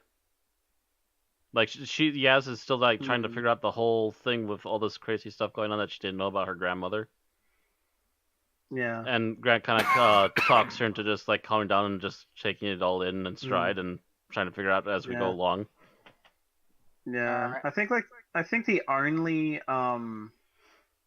the only criticism I've seen of that scene is that someone brought up honestly kind of a valid point, is that normally that conversation would be with the Doctor, but they gave it to Graham.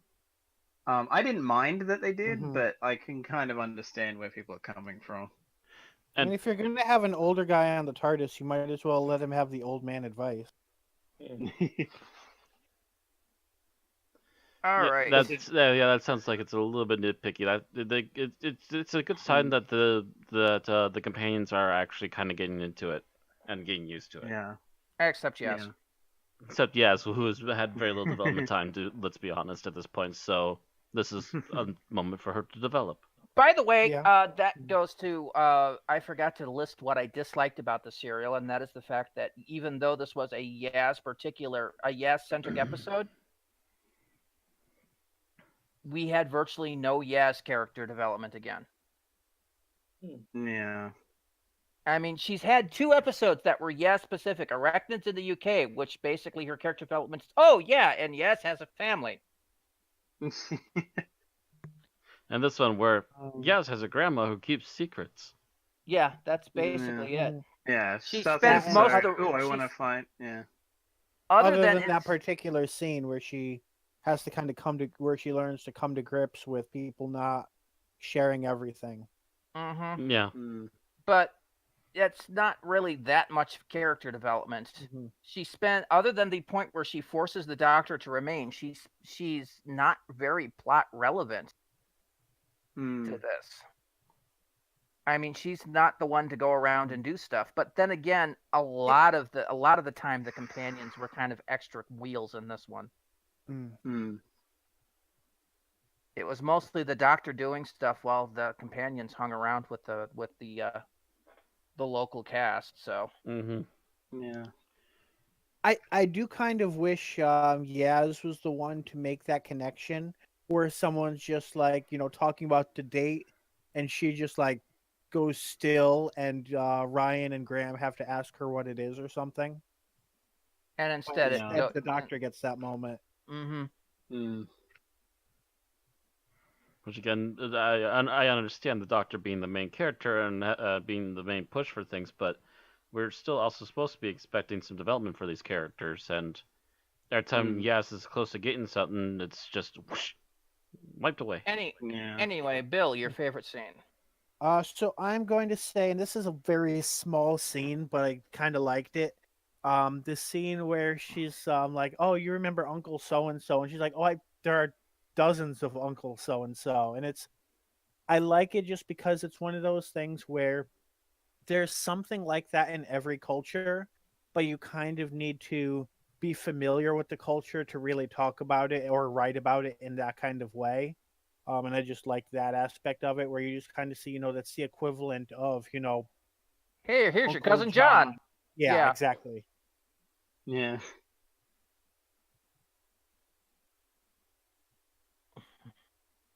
Yeah, exactly. All right. Tim, how about you? Oh, I just loved the wedding ceremony itself with the Doctor presiding and the speech he gives. Going for the schmaltz. Yep. I'm a schmaltzy guy, god damn it. All right. So, mine, as much as it... God, my favorite scene is almost my least favorite scene as well. It happens. Will you guys hurt me if I do that for both? And that is the scene at the end where the Doctor's being forced to walk away. As the aliens are just like, "We'll watch over him now," and the whole group walks away, and you hear that gunfire. Okay. And it is I love the scene because of the emotion that you're feeling with that. It is a very emotional scene.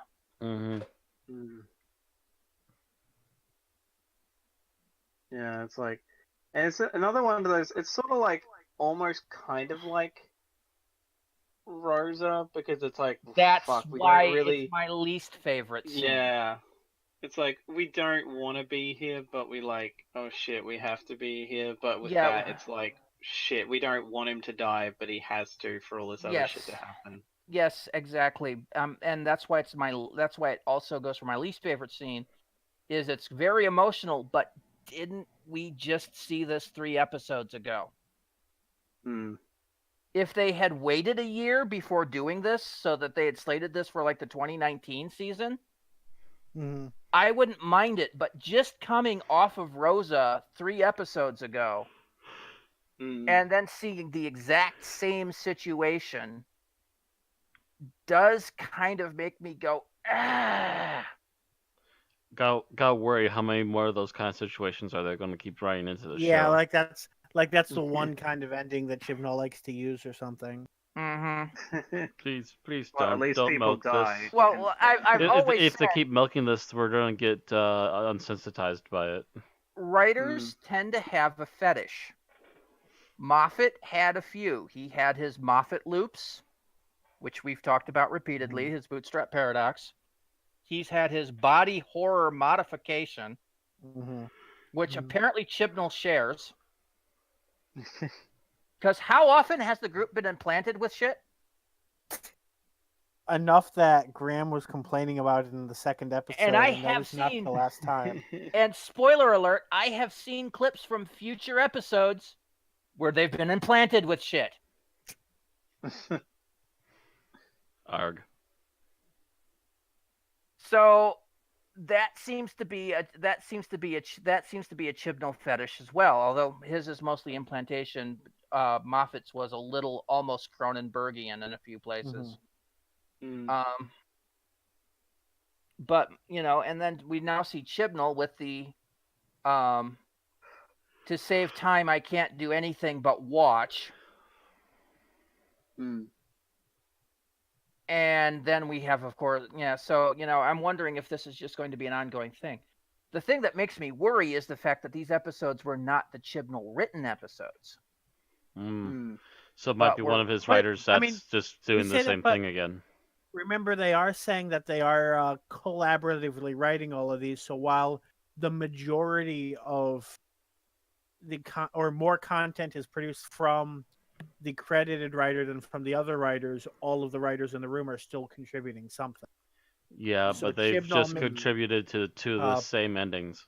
So it could mean that it's like for an American show, you'll often have and I don't know how much this is still the case, but I know it's traditionally been the case, where basically the main writer writes the structure of the plot, and then the writer credited to the episode only gets to write the dialogue. That may or may not be the similar case here. Or they probably writes get the more than that detailing. because there's cultural stuff. But yeah.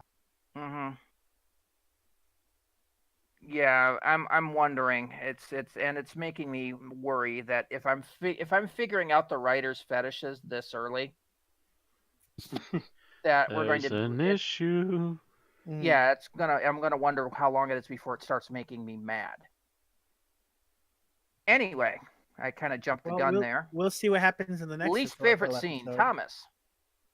I pretty much have one picked out, even though it's like I don't really have much of an issue with it, but it's like, well, fuck it. I didn't want to just pass, so I'll pick this because I feel like the dialogue could have been tweaked.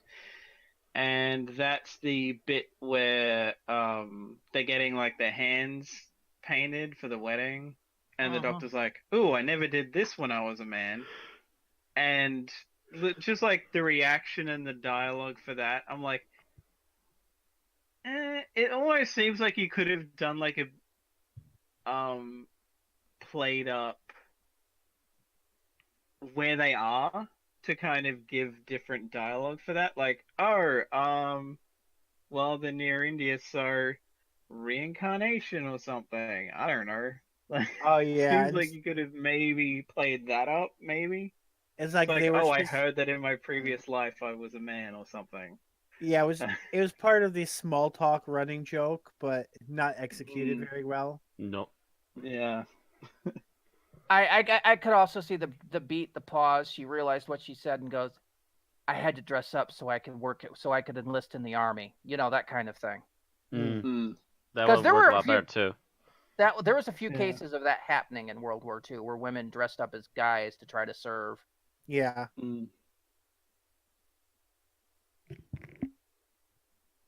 Since sexism in the military was still a thing. You say that like it's not now. Not to the extent it was in 1940, where you weren't not even to that allowed extent, but it's very much a thing. Yeah. Where you weren't even allowed to enlist as a woman, because that's not what women did in 1945. You stayed at home and cooked and cleaned and and riveted rivets. Gender roles. Says the guy that stays at home and cooks and cleans. All right. All right. So, least favorite scene, Matt. I'm trying to think of any particular scene that really took me out of the episode, and I'm not having that, so it's probably gonna have to land on a nitpick. All right. And I guess as much as I like the idea of the aliens in this particular episode, when we get a clear close-up of them inside their ship, like, just the most rubbery of rubbery masks. And it's obviously they just painted their hands. All right. There are scenes from far away and in shadows where these costumes work really well, but when they're close up and in plain light, blah. All right. Bill? So this is one of those scenes where it doesn't seem so bad at first, but once you understand everything going on in the episode, it gets worse.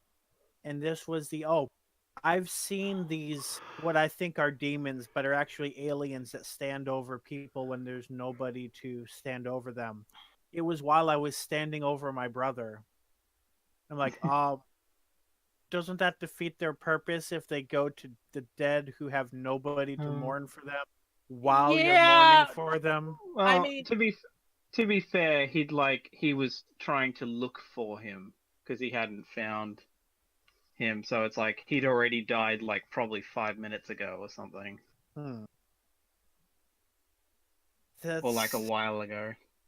That still seems a bit of a stretch. It's still head scratchy as to why they were there. It was a bit of a stretch to me too on that one. That did occur to me the first time I was watching it, and I think I might have glossed over that scene the second time because I was also writing up the news.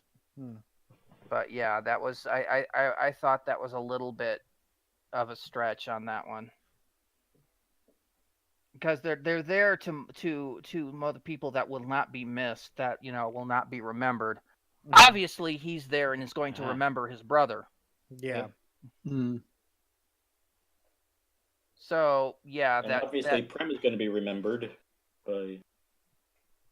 Except for I don't think they'll be able to go back. I think they're in. Yeah, like the idea is like people whose deaths aren't witnessed. Right, like that one in by particular, people like they like. the death was witnessed by the people who killed him, and there was nobody to come back and mourn for him. So I kind of get that one. Mm-hmm. Yeah, it was, but having the brother get there, yeah, that's a little bit.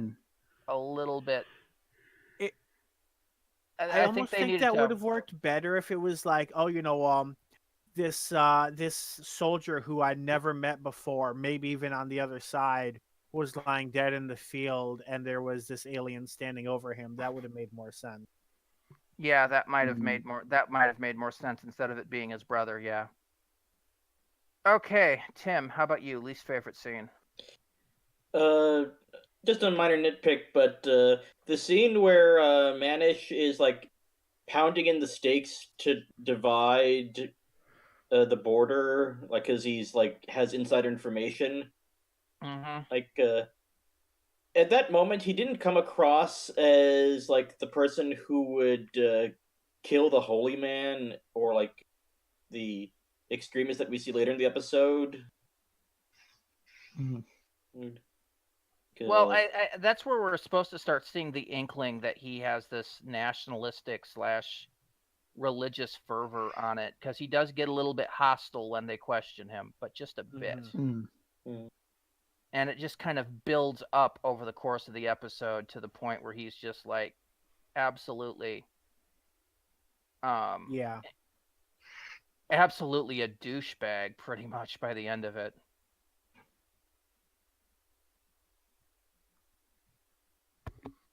But yeah, there's a few things that I'd have to question, and I've already given you my least favorite scene and why. But I'll throw another one, and that's the one where Manish is facing the doctor with the gun in the shack. Because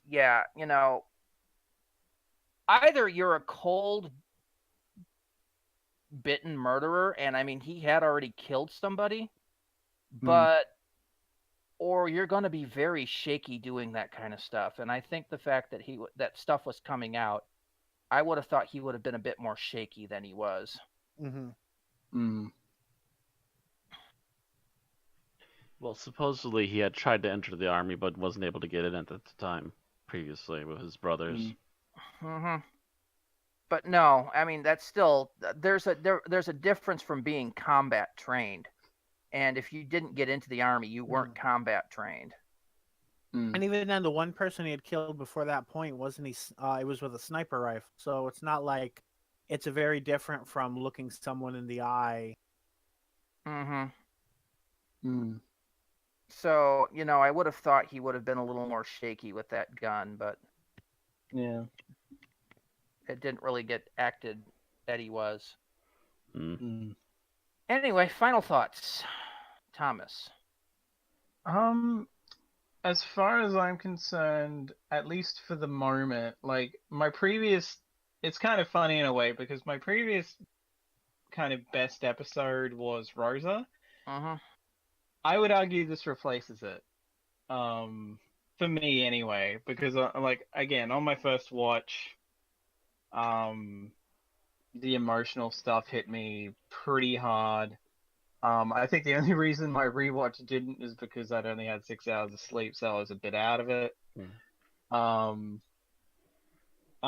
yeah, like everything's great. The soundtrack's actually pretty as well. Yeah. I like that they themed it around like it was. No. I love the fact that the closing theme was done with that Indian chanting that they were doing there, doing the Doctor Who theme. I listened to it and I'm like, I'm like, really? I'm like, oh shit, they are. I must admit I didn't pick up on that, but that's actually pretty cool. We'll have to listen to that back on that, yeah. I listened to it. I ran it back. I listened to it again. I'm like, holy shit! Oh wow, that would be a good bump if we didn't have the unfortunate need for the other one. Mm-hmm. But yeah, like I would also say this is probably the closest. Of course, I said the same thing with Rosa, but now that we've got this one, and I think it was like you guys even were kind of stopped me. We're like, oh, but we have that one. It's like I would say that this actually is probably the closest to a pure historical that we've had, possibly in New Who. If not at very least out of the two that we've had this season. Well, I guess we still have the Witchfinders coming yes, up, we so do. that might even be a pure historical. Yeah, that, the historicals in this season are closer to pure historicals than we've gotten in a long time. Yeah. But yeah, I would definitely like if people skipped this because they didn't like the previous episode, I would say give this a watch. Like it's not necessarily required viewing, but I would still say that this is worth like if you're only going to skim through this series through series 11, I would say that this is definitely one that you have to watch. And yeah, like this, I knew what I was rating this when I watched it the first time. When I watched it the second time, that didn't change. All right. You done? Yep. Matt? I agree with the idea that we're getting some really good historicals, and this is definitely another one of them. I do agree that if we eliminated the aliens, it almost would be a pure historical. That being said, the aliens didn't directly interfere that much, thankfully. They seem to be more or less their own second half of the story, which the Doctor is mostly involved in. And that's fair, being the Doctor. The aliens could have used a little bit of punching up, costume-wise, I think, but for the most part, were pretty decent. And the characters kind of were at least decently represented for the most part, I think. So, yeah, fairly good episode, fairly competent episode. I don't have any major plot holes or anything that I can think of, so doing pretty good on that one. All right. Bill? Okay. So I'll say one thing that I felt watching this episode is that of the two present, two off world, and two past episodes we've gotten this season, it definitely seems like the strength of this production team is doing the historicals. Uh, I think they're still a little iffy in terms of things like using the aliens effectively and things like that, but I do think they're very strong on the teaching history part. They're also very clearly, sending a message, communicating things about radicalization in the modern world. Other than that, I think it was a pretty good episode. After talking about it, I can definitely see how Yaz could have been used more effectively. But otherwise, I still think it was a pretty strong episode. I feel like there was something else I was going to say, but I can't remember what it is, so that's it. All right. Tim? I thought this episode of the season had the most feels.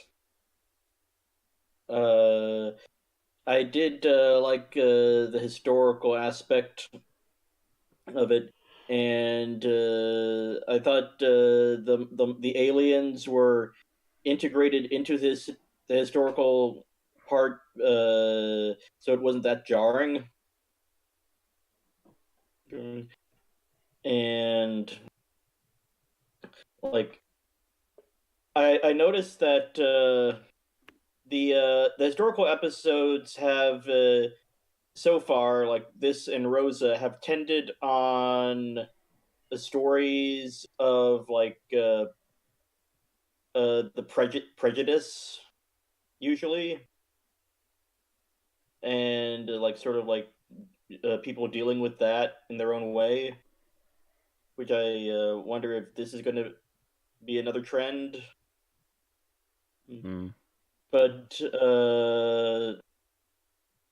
I had no problems with this episode overall. Thought it was pretty good. All right. Are you done? Yep. I enjoyed this episode, but I would have enjoyed it more if I hadn't just seen Rosa 3 episodes ago, because the theme of it's the same, albeit dealing with Indian religious differences rather than racial differences.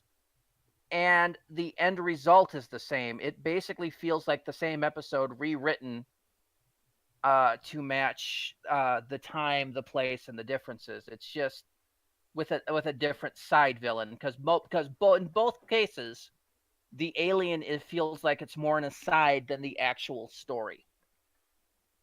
And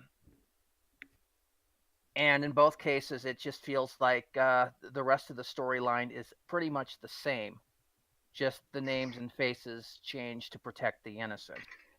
And the fact that this is only 3 episodes apart does make me a little worried, and it makes me enjoy it slightly less than I would if this was coming a year apart rather than a third of a season apart.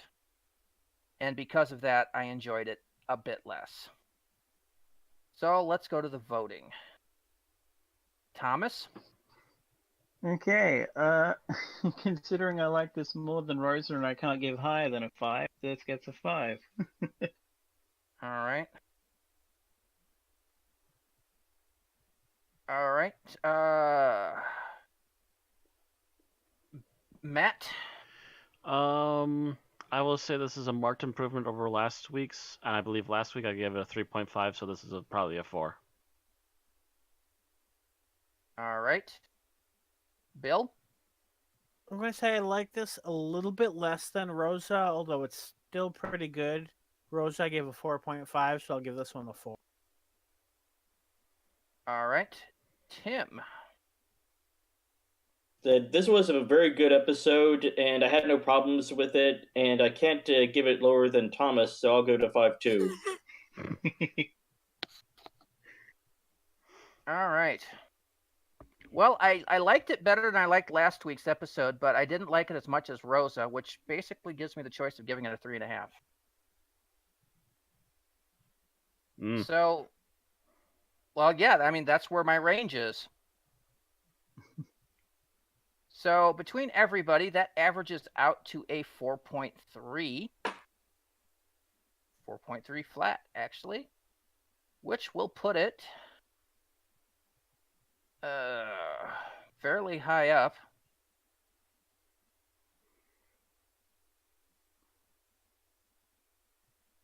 All right, and a 4.3 will put this episode at